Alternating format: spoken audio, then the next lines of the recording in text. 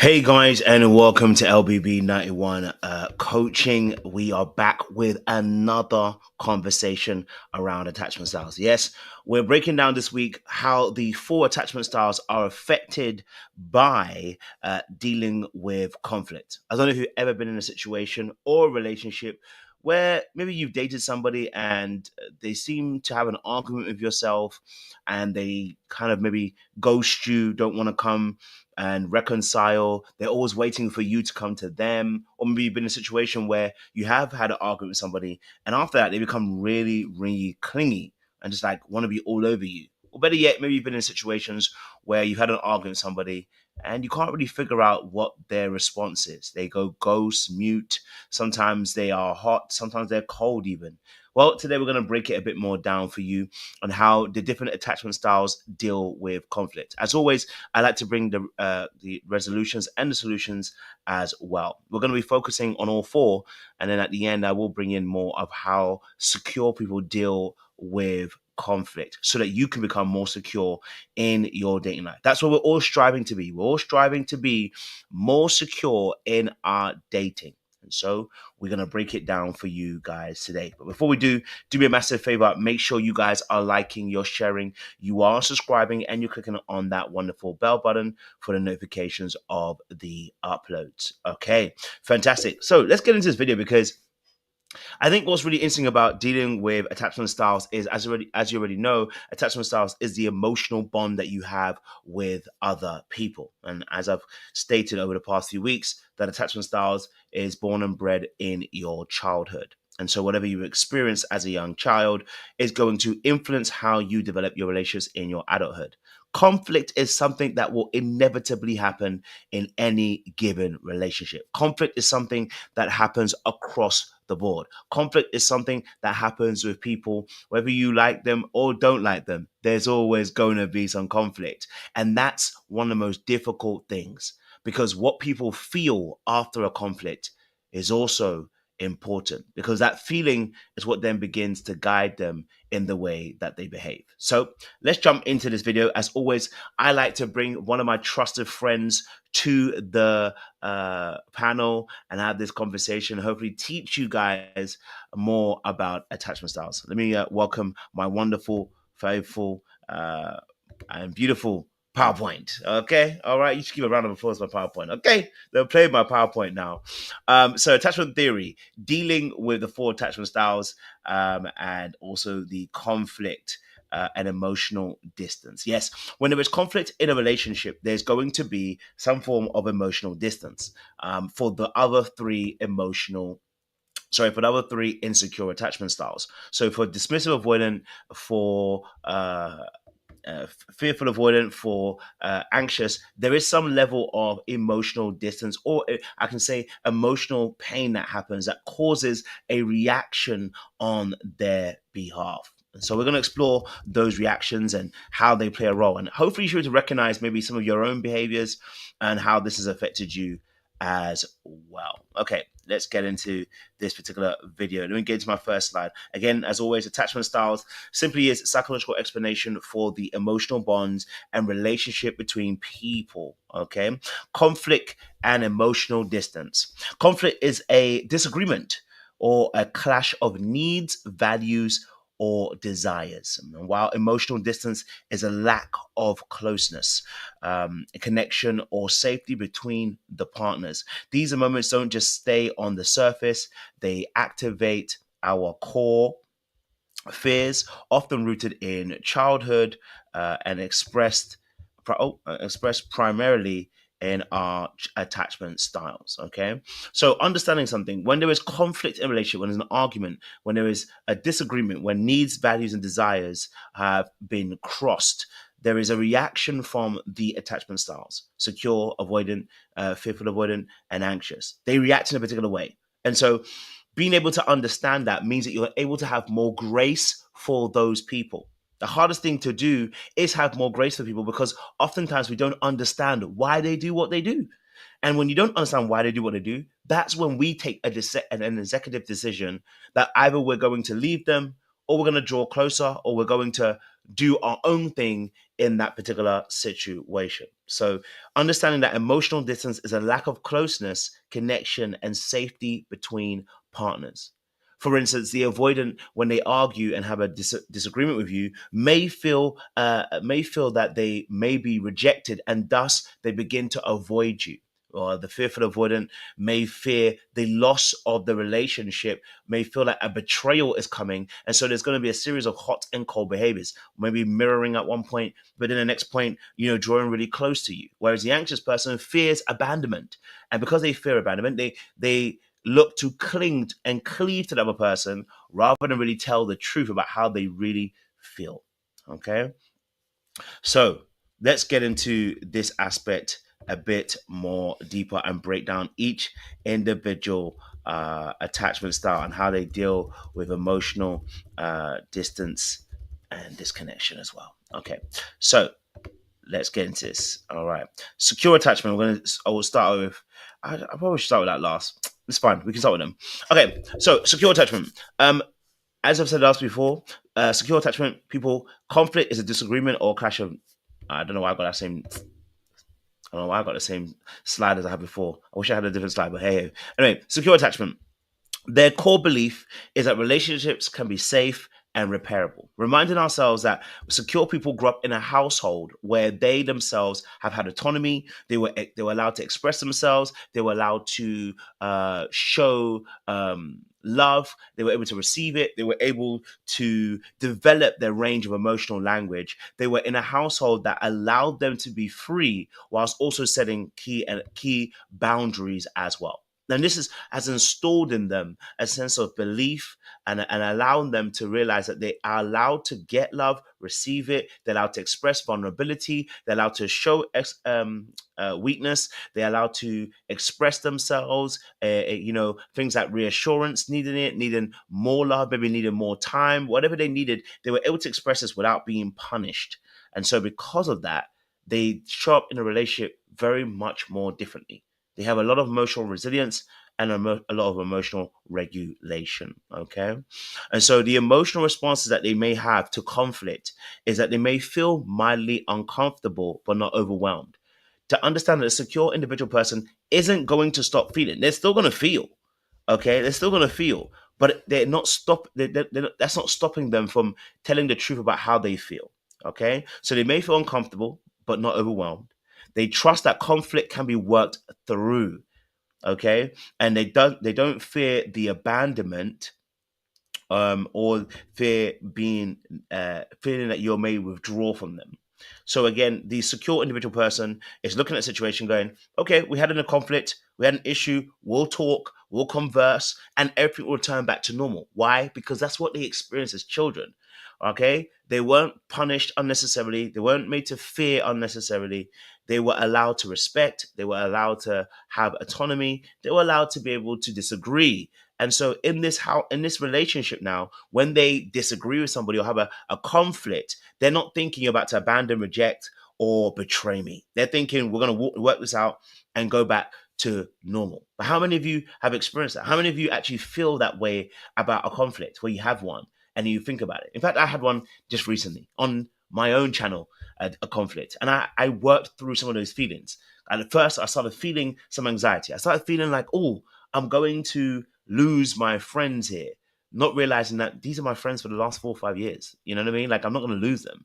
And so I quickly did what I need to do. I apologized. I said sorry, and I continued to move on. And I laughed about it. Right? I realized that we weren't going to lose our friendship just because we had a conflict and a disagreement. But those feelings did sit with me because as a dismissive avoidant growing to be more secure, those feelings did erupt in that space. But I've learned and to trust the people that I'm with, and also trust myself that I'm going to be okay. Okay, so the fear of abandonment or withdrawal is often what guides other attachment styles, but not necessarily the secure attachment. The other thing is that, again, their behavioral reaction, I'll skip past it, is that they openly communicate. Okay, so they'll say things like, I want to understand your feelings and find a solution. They'll say they listen without defensiveness and acknowledge their partner's emotions. And then they stay emotionally connected, even if the space is needed. Now, how hard is it to do when you have a conflict and maybe you're anxious to give that person space? You're thinking that giving them space may lead to abandonment. That's why the anxious person will not want to give space. They listen without defensiveness. The avoidant individual believes that if they listen to you, they are going to be they are going to be defensive, because what they're thinking is going to happen is that you're going to blame them, or you're going to control them, or you're going to make them wrong, and that makes them wrong because they're conflating their ego. I'm sorry, they're conflating their personhood with actually what the person did. And so that's going to be an issue for them. So that they struggle to listen with openness and then openly communicate. I want to understand your feelings and find a solution. The fearful avoidant won't be able to openly communicate. No, the fearful avoidant believes that if they openly communicate, their needs won't be met. So there's no point openly communicating after a conflict. And besides, if they openly communicate and be vulnerable, you may take advantage of them. You may betray them, reject them, or you may end up actually abandoning them. So, what's really the point of being openly communicative? But the secure attachment understands being openly communicative, listening without defense, staying emotionally connected is a part of being stable and regulated and secure. So, it's a very powerful thing a secure person will end up doing. Okay, so how they react, they stay calm and grounded during a conflict. Okay, they're not allowing their emotions to dominate them and their fears to overtake them. Okay, they communicate their needs very clearly. They let you know what they need without thinking about how they may be robbing you of your own needs. Okay, all right, and then they seek repair and understanding. This is a very difficult one because a lot of the attachment styles, especially avoidance, don't necessarily always seek to repair and understand. Why? Because seeking to repair and understand would mean coming out of their cave and having to do the hard work of actually trying to get you back on board. But they're afraid. Afraid of what? Being rejected, being betrayed, being abandoned again once more. So the fearful and dismissive avoidance won't want to repair the relationship or seek to repair it, sorry, because that would seemingly put them in a less powerful position. So they would rather wait for you to come and collect them. Okay. And number four is that the secure person can tolerate temporary distance without fear. And I think this is a really good point to mention. Because what I've noticed, especially in any of the attachment styles, is that when there is a discomfort in a relationship, it creates a judgment in the eyes of the individual. For instance, the dismissive avoidant will feel uncomfortable having to sit there with you and work through it immediately because they're immediately thinking how they can't co-regulate with you. They don't know how to co-regulate it. If they have to co-regulate, okay, if they have to co-regulate, then that would mean that they are robbed of the opportunity to sort this issue out by themselves. Remember, dismissive avoidants have grown up in very hyper-independent environments where they've had to learn to be competent by learning to trust themselves. So to temporarily sit in discomfort is not their plan because it doesn't offer a solution of action plan, which is what they've always been, action-based. Okay. The anxious person won't be able to tolerate sitting in emotional distance for a time because they're thinking about what you're thinking about. They're wondering, what are you doing? What are you thinking in your head? Are you thinking about abandoning them? Are you thinking about moving on? Their brain is already thinking about how you may be doing something.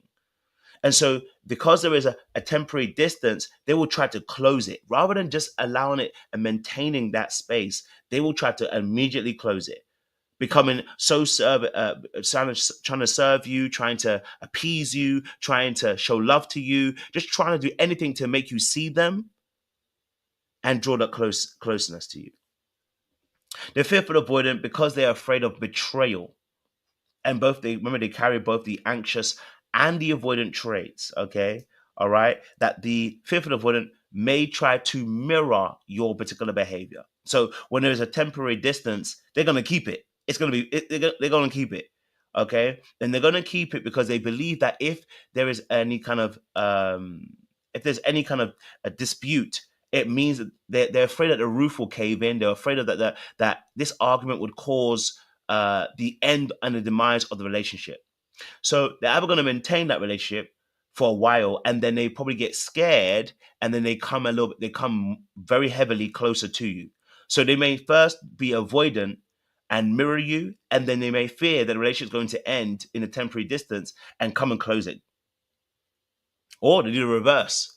They close the gap immediately like an anxious person. Once there is some level of reprieve, they go avoidant again. Yeah. It's a very difficult thing, but it's what these attachment styles end up doing. Okay. So some of the thoughts of a secure individual person. Remember that they feel that relationships can be safe and repairable. So some of the thoughts that they may feel. It is okay, we'll get through this together. And I think one of the important things about secure people is that get through this together aspect. They believe and they know that they can work through it. They believe in emotional resilience. They know that they can go through the situation and not die. Okay, so it's okay. And then the added aspect of we will get through this added aspect of understanding that it is a team effort to get to the end of the tunnel. Another thing they might say is, I trust that they care about me, even if we disagree. And like I said before, the other attachment styles don't necessarily believe that. Why? Because of what they've actually witnessed from people and those who are attached to them from childhood. The secure person believes that others care about them. They have goodwill in the minds of others. Okay, they trust others as well as they trust themselves. Whereas we know with avoidance, they trust themselves but not others. We know with anxious people, they trust others, not themselves. We know fearful avoidance trust nobody, and that includes themselves. Okay, and so trusting and knowing that they care about you makes a big difference to the actions we take.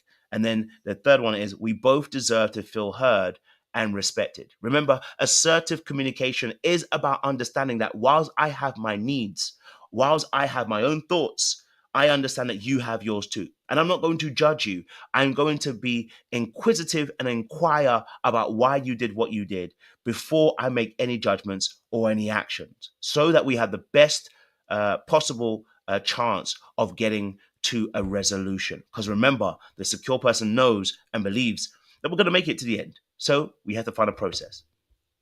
Potential challenges of being a secure attachment is that, and dealing with conflict, is they may struggle with partners who avoid conflict or refuse to communicate. I've seen in several places where someone said they were secure, but the person who they dated ended up making them anxious because of the way that they would avoid conflict or refuse to communicate, right? But in often cases, secure people, once they realize that you're unwilling to cooperate with them, they will leave you alone and let you be, because they can't deal with somebody who's unwilling to do the work. Why they handle it better is because they grew up in an emotional, attuned, and trustful environment, and conflict doesn't feel like abandonment or betrayal.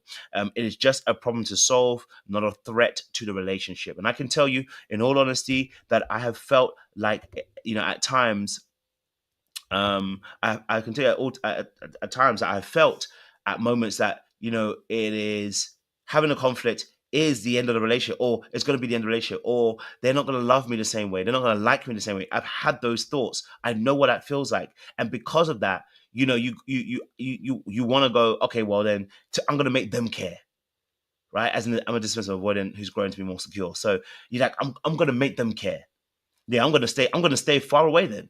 They're gonna have to come to me. You know what I'm saying to you? I'm going to be so far away, they're going to come to me. You're going to play those power games. And the reality of the situation is you're not winning, okay? You may win the power struggle, but you're not winning because the relationship is not going to be healthy and the relationship isn't going to last if we keep playing these damn games. We have to be able to break the cycle. And so in that space, the secure attached person recognizes that, listen, the end goal is to solve the issue and not to be consumed by the conflict that you believe that the relationship is now over. Okay, so we're dealing now with the anxious attachment and how they deal with conflict as well. Okay, let's deal with the anxious attachment and how they deal with conflict as well. Okay, so as we already know, the anxious people, children who grew up in a household where they were oftentimes suffering through inconsistent parenting. So we'll just read this quickly. Children with an anxious attachment style typically exhibit behaviors that reflect a deep need for closeness and reassurance, along with the fear of being abandoned and rejected. This attachment style often develops when a child experiences inconsistent or unpredictable responses from their primary caregiver. Sometimes the caregiver is attentive and nurturing, whilst other times they may be distant and neglectful. This is or neglectful or unavailable. As a result, children with this attachment style may develop insecurity in relationships and heightened emotional responses. Okay, let's press on a little bit more. Okay, so for the anxious attachment, their core fear is abandonment. This is what triggers their behaviors to want to lean in, and so a conflict will trigger this abandonment wound. Okay, so their emotional response to this is they feel panic and desperation. Their fears that conflict means the relationship is ending. They fear that the conflict is bringing the relationship to an end. Okay, so panic and desperation kick in when conflict happens. Has difficulty tolerating emotional distance, feels rejected and abandoned in that space. Okay, and an internal monologue is if they loved me, they wouldn't pull away. And so the anxious person doesn't do very well. Let's say you had a very heated argument, you guys cussed each other and you went your separate ways. Maybe you needed some time and space to really think about what happened. The anxious person will reach out to you because they're afraid that you're about to abandon them. And actually, this is also very similar to fearful avoidance too. Fearful avoidance, because they have the anxious side of things, will at points as well to reach out to their counterpart. Why? They want to make sure you're still there. They're doing a temperature check. Are you still there? And they may apologize prematurely without really thinking about the depth of what's happened. Okay, and because they're afraid that the person's going to leave them now all their behaviors are to draw you back in. Okay, they feel panic and desperation because they feel like you're going to leave and the relationship will be done and they'll be left alone. And their self worth is attached to the validation of being in a relationship. Remember, anxious people find validation by being in relationships, they get their value from being of servitude in relationships. And so, if they haven't got a relationship anymore, how valuable are they? They must begin to question themselves. So that's why their emotional response can be such an energy where they're trying to draw you back in or draw themselves back in. So some of their behaviors is they end up over pursuing, right?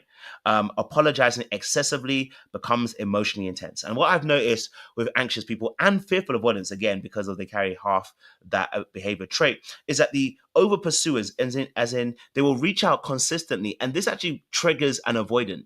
The consistent reaching out when there hasn't been a reset or enough time and space to allow the avoidant to reset causes the avoidant to want to pull away even further. All right.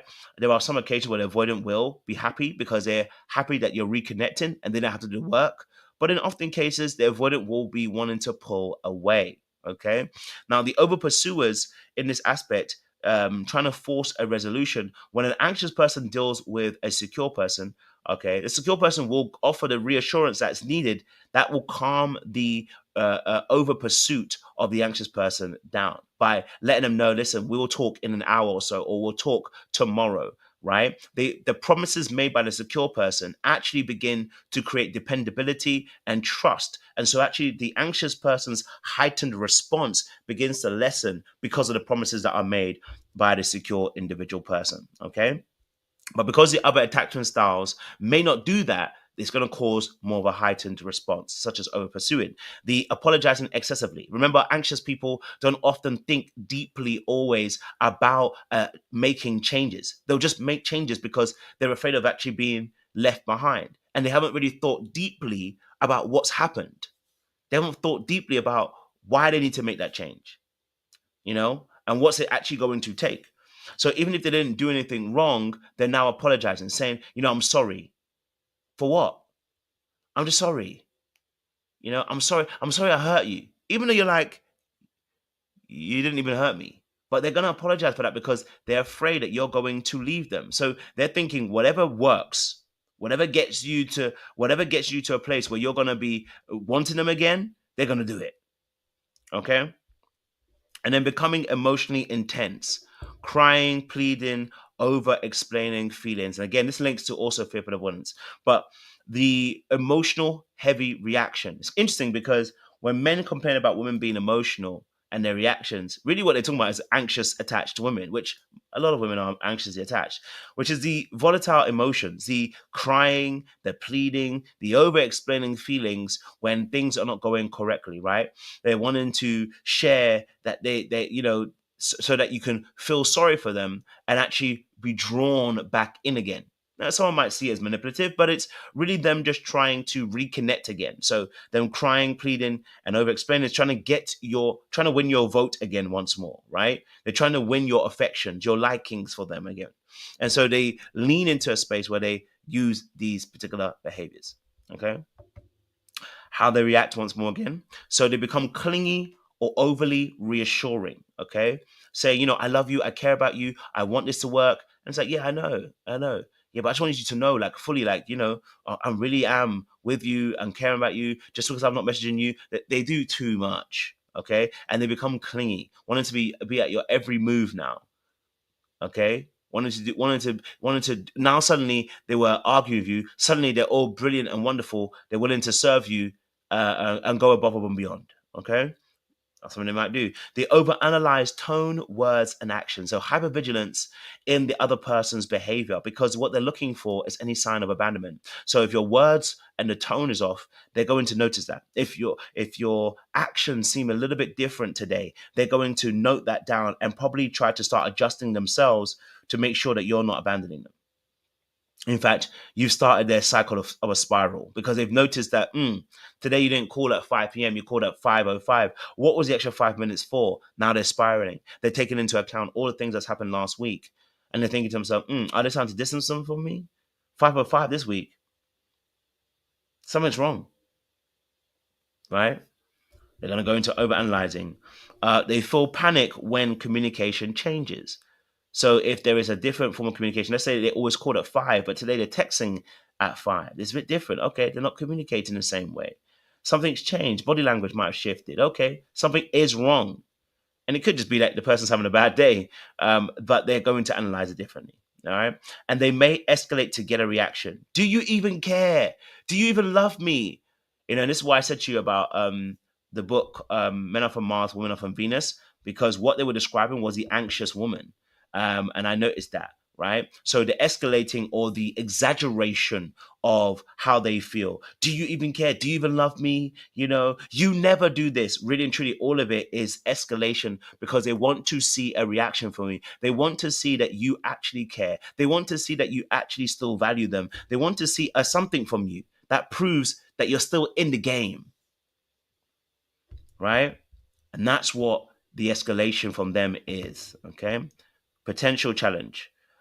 They can overwhelm their partner, pushing them further away instead of resolving the issue. Okay. And they may overanalyze the conflict long after it's passed. Okay.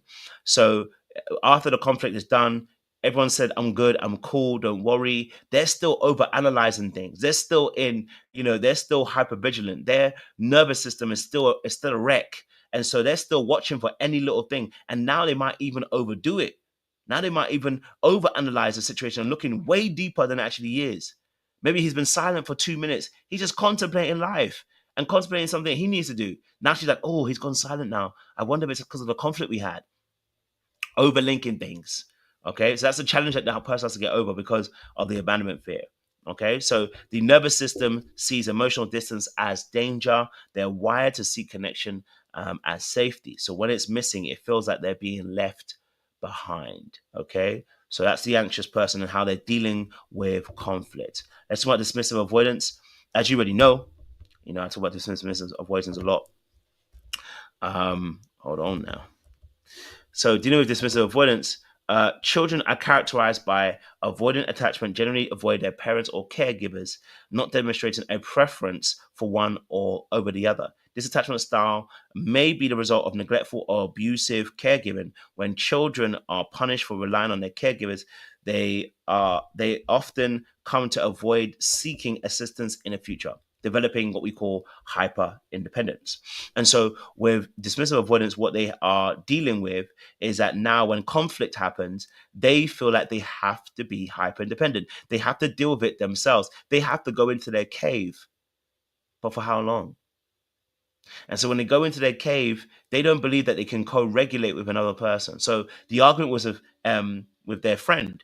But rather than maybe going to a friend expressing their truest thoughts, hey, I was hurt by what you did, they go into the cave. Need to work it out, need to reset themselves. And then sometimes they come back like everything's all normal. It's not normal. It's not normal. The things we need to discuss. Okay. Dismissive avoidant attachment, core fear, is losing independence and being controlled. Okay. Again, the fearful avoidant will carry aspects of this as well because they're both dismissive and anxious. Okay. Let me get some water in my throat. Okay. So the dismissive avoidant will withdraw emotionally or physically from the argument.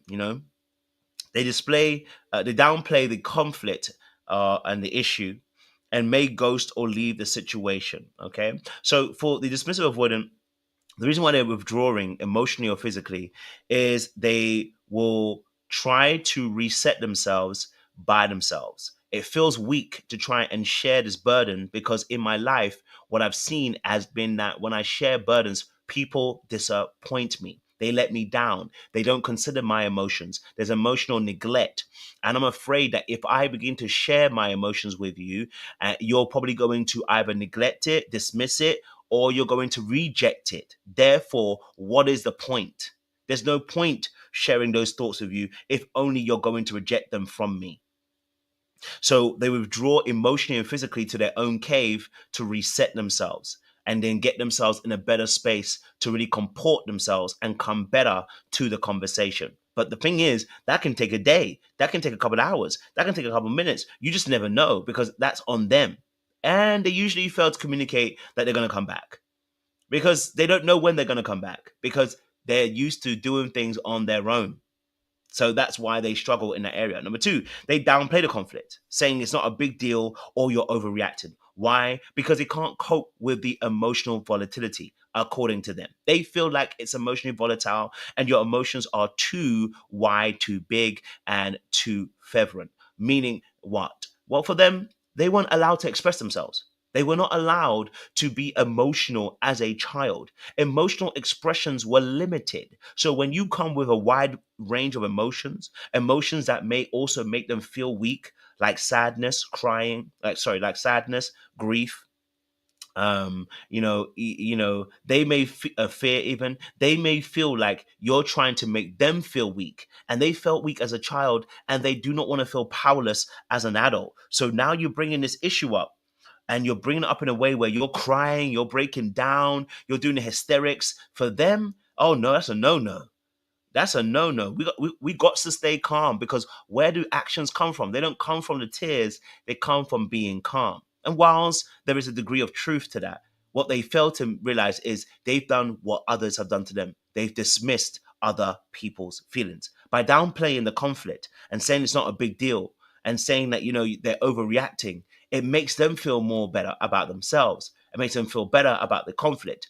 but it doesn't actually enable the other person to have a freedom of expression. It doesn't make the other person feel like they're being seen or heard. They're dismissing the other party. Being able to listen to their emotions is not going to tear you apart. But that's how it feels like to the dismissive avoidant. Listening to your emotions means you're not going to get results. You're not going to get things done. You're going to stay in the same place. Listening to someone have emotions when they weren't allowed to express them doesn't make sense, because what they've got to now is actions, consequences, and successes. They know that actions have consequences and actions lead to success. What does crying do? They don't know, but it doesn't make them feel good because they weren't allowed to do it as a child. So for them, this doesn't bode well and does not bring the results doesn't bring results according to the results orientated mind. They don't know what co-regulation is. That is not a result. Okay. And so they may ghost or leave the situation instead of dealing with emotions. So they may find themselves, again, like I said, going numb and withdrawing, which is actually an emotion. To go numb and withdraw is to show anger. And sometimes the anger isn't necessarily against the other person. Sometimes the anger is with themselves. They're angry that you are going to get emotional and they're going to feel manipulated. They're angry that you're showing this emotion and we're not solving the issue. They're angry because they never got to do this, and now you're showing these emotions. You're going to blame them. You're going to say they're the reason why they did this. Why? Because that's what they experienced. So they rather ghost the situation, go away. They don't have the tools or the resources to have that conversation. Remember the secure individual person? The secure person knows that they're going to have this conversation. The secure person trusts themselves and the other person. But dismissive avoidance, we know, have a very low anxiety and high avoidance. They themselves believe that they are highly trusted, but others are not to be trusted. And therefore, they're going to ghost because they actually can't trust you. They can't trust you. You can only trust themselves. Okay. Dismissive avoidant, common thoughts. I hope I haven't gone past. Yeah, common thoughts. They might say something like, I just need space to clear my head. Okay. Why does everything have to be so emotional? This is exhausting. I just want to be left alone. Because again, a dismissive avoidant seeks for to withdraw and to retreat in order to get themselves back into alignment. What you'll find is a dismissive avoidant will say to you, I just need space to clear my head. I just need a bit of time to just deal with this. But again, have you noticed everything is to do alone? When we saw the secure common thoughts, they're thinking about how we can do a we. The dismissive avoidant is focused on the I because they don't trust anyone else but themselves. With secure people, they trust themselves and other people. Okay? Secure people have low tolerance, low anxiety, low avoidance. So the secure person isn't trying to avoid a situation and they're not having too much anxiety that they can't be resilient and regulated. But for the dismissive avoidant, they're having this low anxiety but high avoidance, and in that space, they feel like they need to do things I. Like they say, why does everything have to be emotional? Meaning you're not being logical right now, or so it seems. The person isn't being logical. They're doing something that you never really were allowed to do, and so everything seems emotional. It seems a bit too much. But really and truly, is that the person being too emotional, or have you lost your center balance? Are you not actually in a space of being emotional at all? Are you consistently focused on being numb and withdrawn, which is an emotion, it's anger. But you're implosive with your anger. Your anger isn't explosive, it's implosive. It causes you to draw away from people, right? This is exhausting. I just want to be left alone. I'm dealing with so much. I'm going through so much. You don't know what I'm dealing with right now. You don't know what's going on with me. You don't know that I got all these things that I've been dealing with, and then you're bringing your situation as well. Hmm. Yeah, makes sense. How they react. They shut down emotionally. You ever dealt with somebody and then they emotionally just shut down, turn off. They withdraw or they need space. Okay. They minimize the conflict. It's not a big deal. And they get uncomfortable with intense emotions. The shutdown is really important because that shutdown, what tends to happen is they block the other person out. They stop the other person from being able to reconnect with them because they have not fully yet reconciled it in their mind. So they're shutting down right now. But they haven't learned how to be okay in the silence. And that's one of the things I spoke about with a client today. It's been okay with the silence. It's one of the hardest things for dismissive avoidant. That silence is not meaning that you're incompetent. Silence doesn't mean that you need to fill that space. No, the silence is actually for the repair. Sometimes you don't need to say anything. Just sit there and be of presence. But remember, the dismissive avoidance is afraid of letting people down and being let down. And so one of the things that they realize is, I'm here when you need me, but I don't stay long. I don't want you to get overly dependent on me because you're going to control me and you are going to make me feel like I am stuck. But the reality of the situation is silence is a part of the repair and the reconciliation with people. Reaching out to others, right? Not waiting for them to reach out to you is a part of the repair and the reconnection with others. Okay. Potential challenges can make their partner feel unheard or unimportant by dismissing them and avoids conflict so that the issues never get resolved. If you're always running away, how can we solve the issue? If you're always avoiding, if you're always drifting, how can the issue be resolved? And they just hope that when they come back, things are going to be okay. And when they do deal with that, they do oftentimes other people who do that, who bury their head in the sand. And then eventually it becomes this very large, big issue that is underneath the carpet, and the carpet is bulging. Okay? All right? So remember, their core fear is losing independence and being controlled. Why they struggle? Conflict feels invasive. Conflict feels like it's breaking their boundaries. It's seeping over. It's overtaking. Okay, and they've learned that closeness can lead to pain or suffocation. So they create emotional distance as protection, even if it means disconnecting from someone they love. So you get into an argument, and the dismissive avoidant will feel like, okay, you know what? I don't even need you. Why? Because they're afraid of the rejection. If they have to now, they're afraid of rejection and the pride that they have because they've been hyper independent. They don't understand co-regulation. And so going back to now go and apologize to the person and solve the issue is a form of weakness.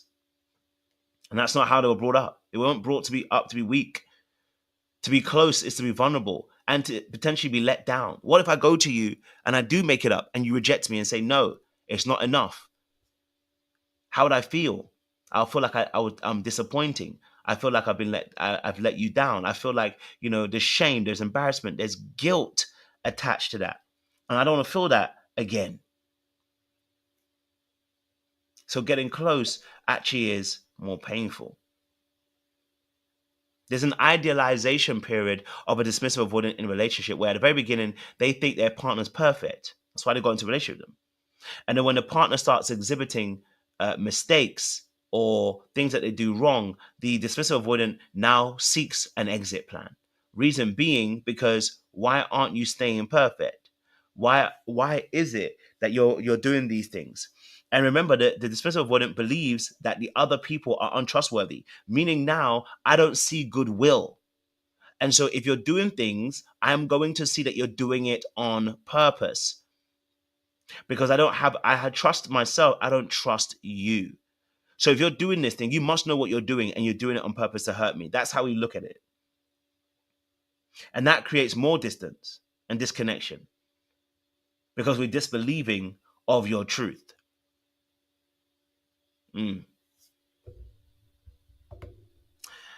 They're fearful avoidant.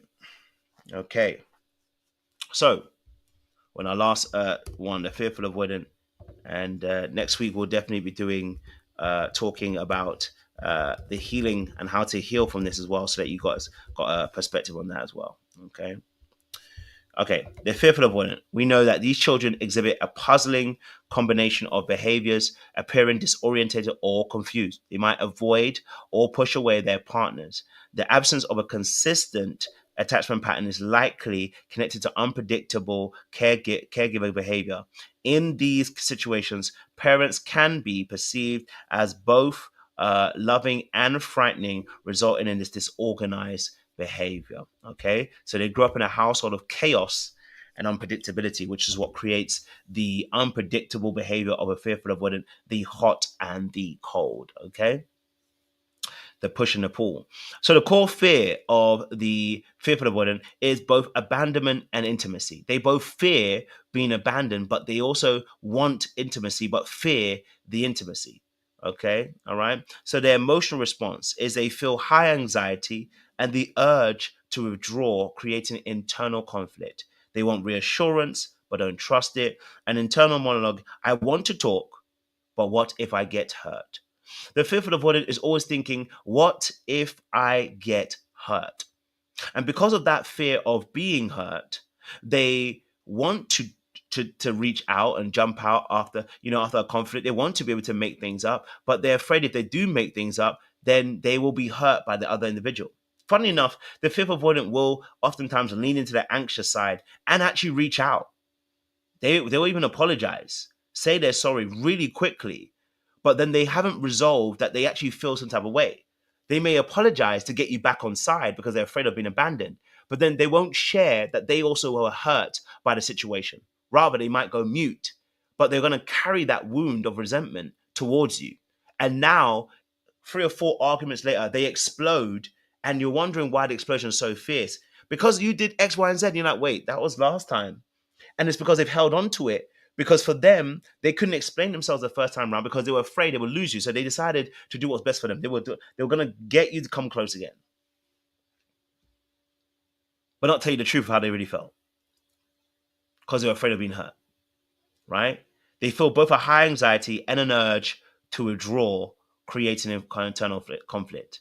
This is a push and a pull. They want you to come closer, but when you come closer, they fear. Wow. You are both their safety and what makes them feel unsafe. Crazy. You are both their safe pillar and the thing that makes them feel unsafe. Why? Because they feel anxiety being in that space with you. They feel like they can trust you, but if they trust you for too long, they're going to get hurt. Wow. And so this creates what we call the hot and cold effect, where they pull and they push and they pull. And it seemingly looks like they are trying to have control over you or trying to be in and out of your life, be unstable. But really and truly what's happening is this: they're unstable in their mind. They're struggling to really be able to understand. Wow, thank you, God. I understand it now. Okay? They want the reassurance, but don't trust it. They want to be reassured by you. But because, remember, they've experienced environments where the parents have been unpredictable, where they've been safe today, but been unsafe tomorrow, they can't trust the stability. And actually, that's where self-sabotage comes from, because they may self-sabotage a relationship before it actually happens. So you may offer them safety. You may say, we need to sort this out. And they may appreciate that, but they may feel like they need to self-sabotage because the hurt is coming sometime soon. The penny will drop sometime soon.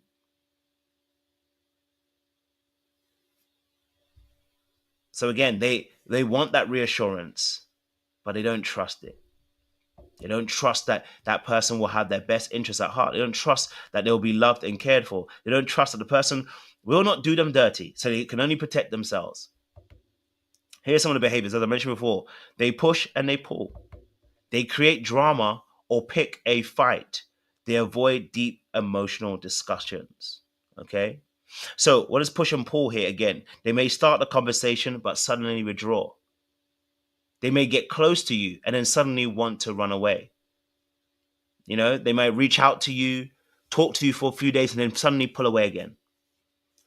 And the reason being is because they're in a push and pull effect, because they want you, but at the same time are afraid that you will have power to hurt them. I said this before.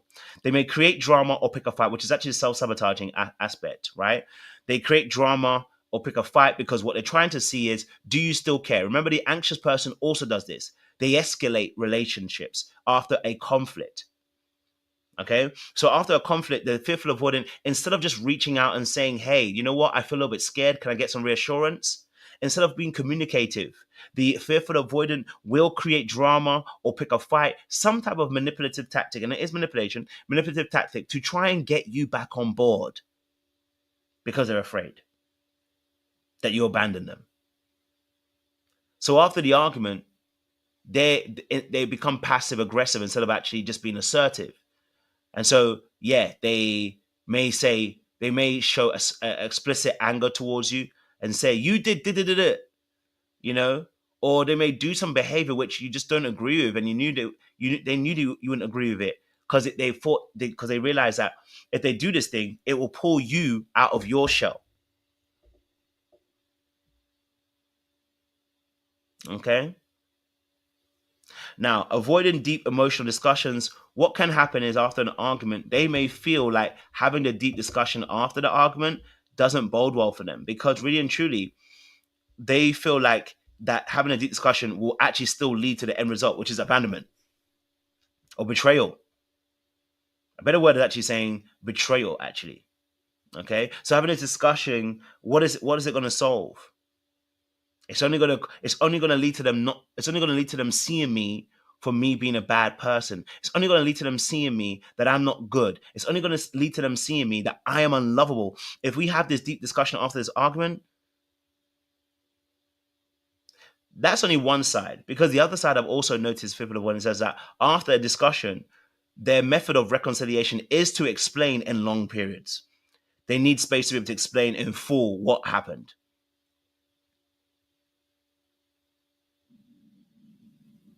They need to explain what they did, what you did, how it affected them. So sometimes they actually use that as a way of reconnecting, but sometimes it can look like they're not taking accountability. By them over explaining, it can also show that they are afraid and scared, but they don't want to show that. They want you to come back to them. So they're trying to go deep in the hopes that you'll feel sorry for them. You'll have sympathy. You'll be drawn back in. Sometimes they use guilt trip after conflict. I guess you just don't love me then. I guess you just don't care, as you did. Guilt tripping you, trying to bring you back. Common thoughts. I need them to prove that they care. I want to talk, but if I say too much, they'll leave. Maybe it's better if I leave first before they hurt. Some of these thoughts, remember, the thoughts are judgments, and the judgments lead to actions that are oftentimes incorrect. Okay? So here's some of the thoughts. I need to prove they care, but I don't know if I can trust them. So the fearful avoidant sets up a test. Rather than actually being honest, they test you. They do something to test you. Man, I've been through this, man. I've seen some things, boy. They want to see. Okay? They want to see that you care enough about them. So they're gonna do something that's going to cause you to show if you care or not. Some type of behavior, some kind of test, right? And you'll feel it. They're testing you. I want to talk, but if I say too much, they'll leave. They want to be able to explain themselves. They want to be able to share what they're thinking or what they're feeling, but they feel like it's a jumbled mess in their brain. And if it's a jumbled mess in their brain and it's hot and cold and up and down and everywhere upside down in their brain, then how are they going to really explain that to you? How would it make sense to you? Because they don't even make sense of it all the time. Not realizing by talking, they're going to process how they feel. And actually by talking, it's going to free them. So they want to talk, but if they say too much, they're afraid that you'll leave. They're projecting. Maybe it's better if I leave first before they hurt. And so this is where the self-sabotage comes in. I'm gonna get you before you get me. I'm gonna get you before you get me. I'm gonna exit this before you can leave me. And so they're doing, now this also becomes part of the test, because they then leave hoping you're going to chase. And then they get frustrated about you not chasing. You ever seen it before? Especially the men who understand this as well, when a lady will leave and she left you, but she really wants you to chase, and then she's angry that you didn't chase. Because really it was a test. Why don't you care? Why don't you chase?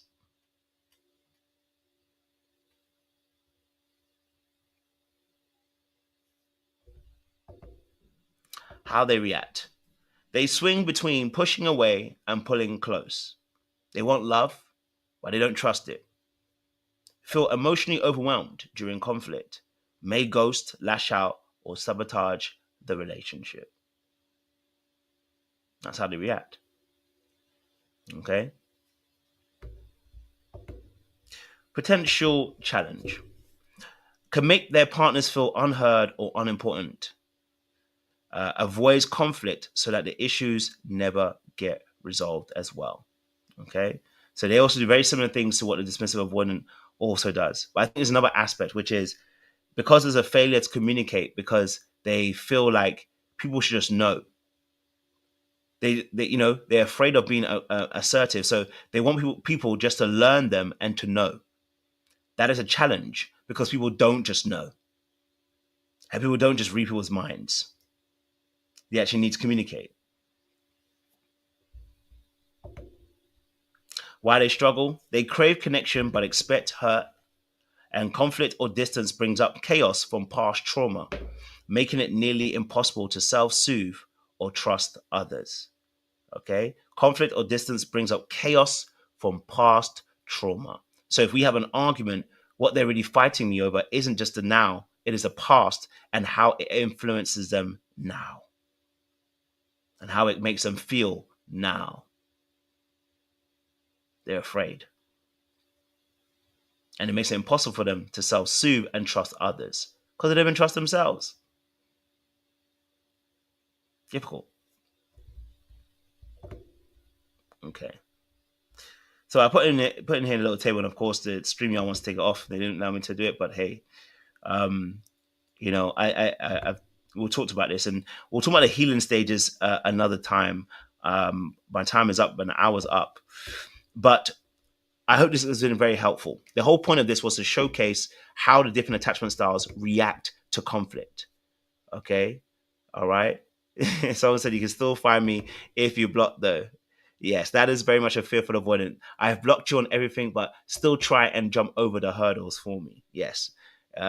So the different attachment styles deal with things differently. Going back to what we started with, the secure attachment, and how important it is to focus on the fact that trusting the other person, that they have your best interests at heart, right? Being able to lean upon that we can get through this, having emotional resilience. Okay. So we'll discuss this next week where we go deeper. We'll talk about the healing aspect of this because that's also very important, right? How do we heal from this? If we know we how we behave when we deal with conflict, how do we heal from that? And we're going to discuss that next week, okay? About the different ways that each attachment style deals with the other party. Okay, so if you're new to the channel again, please do a massive favor, like it, share, subscribe, click on that wonderful bell button for notification of the uploads. We appreciate you. And for those of you who are returnees, you already know what it is. You got the minerals. And we will see you again next week for another enthralling conversation breaking down attachment styles. If you're around as well a little bit later on, we are on TikTok underneath Black Muscle 91, where we will talk about this again tonight, coaching once more again. Okay, so we appreciate you. Stay locked, stay loaded, and we'll see you again next week. Much love. Mm-mm-mm-mm-mm-mm-mm-mm.